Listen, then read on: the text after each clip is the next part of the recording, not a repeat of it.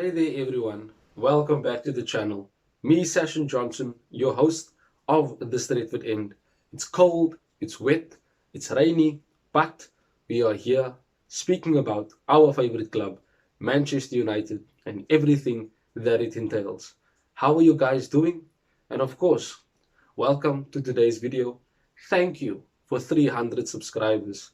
I am truly appreciative of the support and welcome to those that have just joined the channel. But for those who haven't, hit that subscribe button. Our goal is 1,000 subscribers before the end of the year, and links to our various socials are in the description. So, Frankie de Jong, the topic as of late, and once again, the topic today. We know that Ten Hag has asked for him to be done by the end of this week. More news on Antony. Some news on a, shall I say, talented forward brought out by Fabrizio, and a bit of insider news by one of shall I say, a very well-known journalist. And we'll definitely speak about that later on in the video. Let's get into it. First of all, I want to speak about Antony. So we know Antony's qualities and we know what Antony can and will bring to Manchester United. But Ekrem Kunur, another journalist, Brazilian journalist, has come out and has said that Manchester United are planning to make a 50 million euro offer for Antony. Around that off into pounds, you're looking at about 40 to 42 million pounds.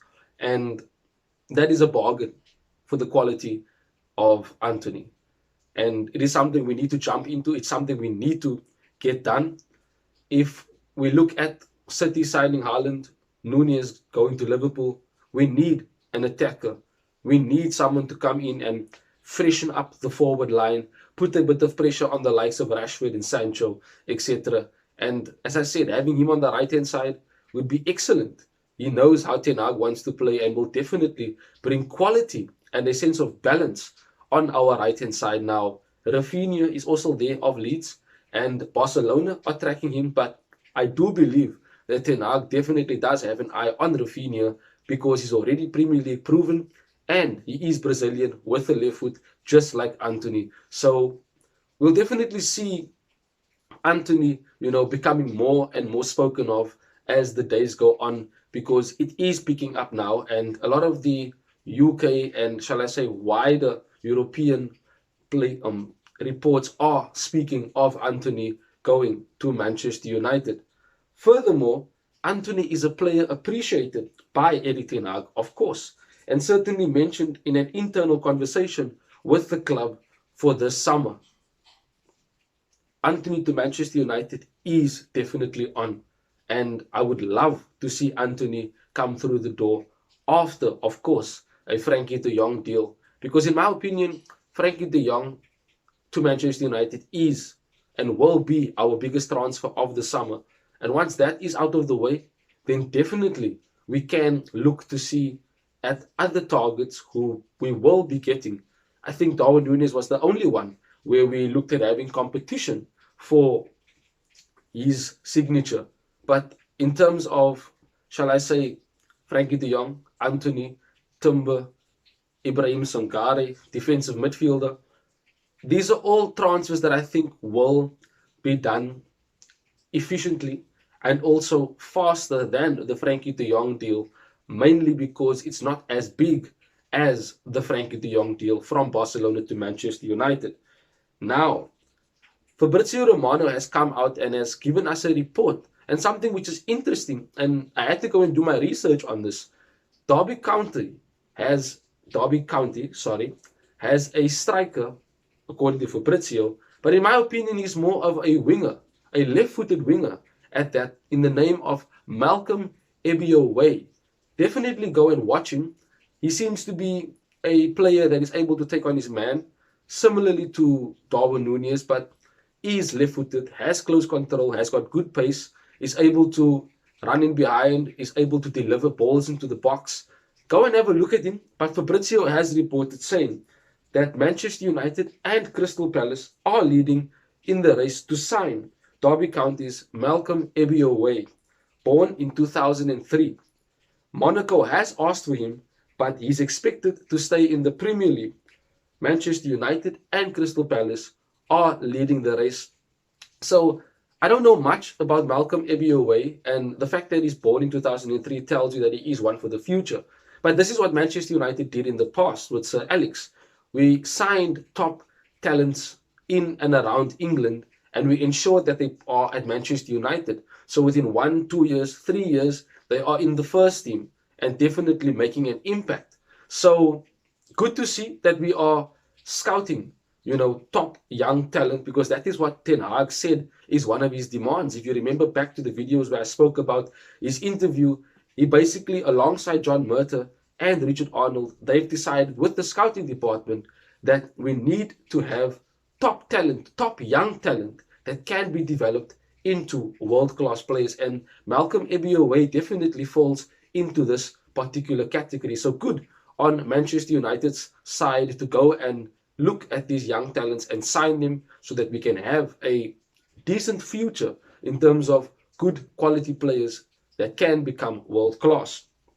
Moving along now, just a bit of an, shall I say, closure on Darwin Nunez, and shall I say, not us losing him to Liverpool, but rather us being smart in the transfer window. Previously, we haven't done that. We would throw money at a big name player and not really care whether they have still the passion or the quality to come and perform for Manchester United. And in most cases, they didn't. They just came for their money and left. But this is what has been reported, and it has come from Fabrizio as well. And it says Ten Hag has mentioned Darwin Nunez in his meetings with the Manchester United board, but Ten Hag was not disappointed because he knows that spending 100 million euros for Darwin Nunez would have risked any transfers that he wanted to do in the future and compromise the club's strategies. So that shows where Ten Hag's mentality is and was. He knew that had Darwin Nunez actually been available for, I say, 70 million euros, we would have looked at making a deal. We would have probably gone in for him. But I'm sure he was well aware that Nunez wanted Liverpool. And once he realized Benfica asked for more money, and as we see, the 100 million euro being spoken about, it shows that we are not just throwing money at a player. It shows that we are smart and that we are rather looking to strengthen in other areas where the priorities are, being central midfield and defensive midfield more so. I mean, you look what will happen after Frankie de Jong. You ask yourself, once Frankie de Jong is signed, what defensive midfielder are we going to go for? I would definitely want Ibrahim Sangare. I've said that he is an absolute monster. If you haven't seen my videos on him, definitely go and look at them. I would love to see him play in a midfield with Bruno and Frankie de Jong. That will be a top quality midfield for us to have, and immediately, of course, an upgrade on what we have had previously. And that midfield alone, of Frankie de Jong, Sangare and Bruno, can go and compete, in my opinion, against the likes of City, against the likes of Liverpool, etc. What other defensive midfielders are there? Ruben Neves, Calvin Phillips. I mean, we know and knew Tchouameni was going to go to Real Madrid. But what other defensive midfielders are there that we can go for? Wilfred Ndidi, Conrad Laimer, who wants Bayern Munich and Champions League football, but can we convince him to come to Manchester United? It's difficult to say. So after Frankie de Jong is confirmed and the deal is done, what defensive midfielder is there that we can go for? Let me know in the comments what you think we can do. Furthermore, Manchester United will look to sign a striker, but a decision will depend on what and who will be leaving the club, such as Anthony Martial. Of course, we know Martial wants to leave the club, and I don't think that he will be looking to stay and be second choice to Cristiano Ronaldo, and I don't think Ronaldo would be wanting to sit on the bench for someone like Anthony Martial. So I don't think there's much in that, but I always want to bring you the news, of course, here on the Stretford End. Now, as you see in the thumbnail, I've spoken about Antony. I've said that we are wanting to have a 50 million euro offer for him. And now Frankie de Jong is close to joining Manchester United. This has been brought by Managing Barca, which is a newspaper in Catalonia, Spain itself. And hearing that Frankie de Jong is closer tells you that yes, the deal will be done by this week. Frankie de Jong to Manchester United is definitely going to happen, and it will be the biggest transfer of the summer and the biggest transfer, in my opinion, for Manchester United. I say it's the biggest transfer of the summer because we're signing Frankie de Jong without Champions League football. Understand that we have still attracted a top player without Champions League football.